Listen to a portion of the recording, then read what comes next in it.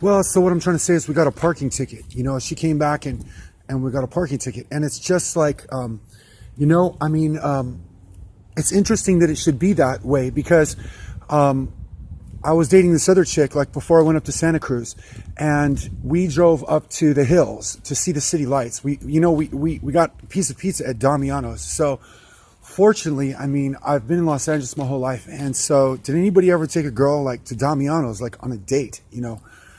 Ray did. Okay, so Ray, I was dating this girl and we went to Damiano's, and then we drove up in the hills because I'm saying like, oh, you know, we're going to look down upon the city and we're going to see the city lights. And there's these guys like coming out of like the trees somehow, like coming out of like the dark night. And they came out of the dark night, like when we parked our car, and they wrote us tickets. You know what I mean? And so, I mean, there's this thing like going on with me up in the hills, like, and then there's a lot of things that went on like in the space between that and, you know, and what we're doing on the internet, et cetera, et cetera. But so we've got this parking ticket up in the hills, but then like down here, I'm like on the street, and you know what it was? It was Cutie Booties. It was Cutie Booties at the newspaper stand, at the newsstand, and Cutie Booties got a ticket. Actually, is what just happened.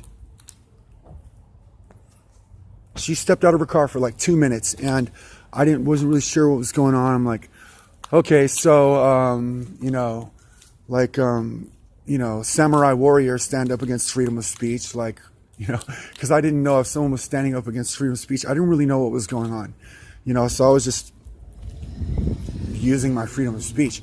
And so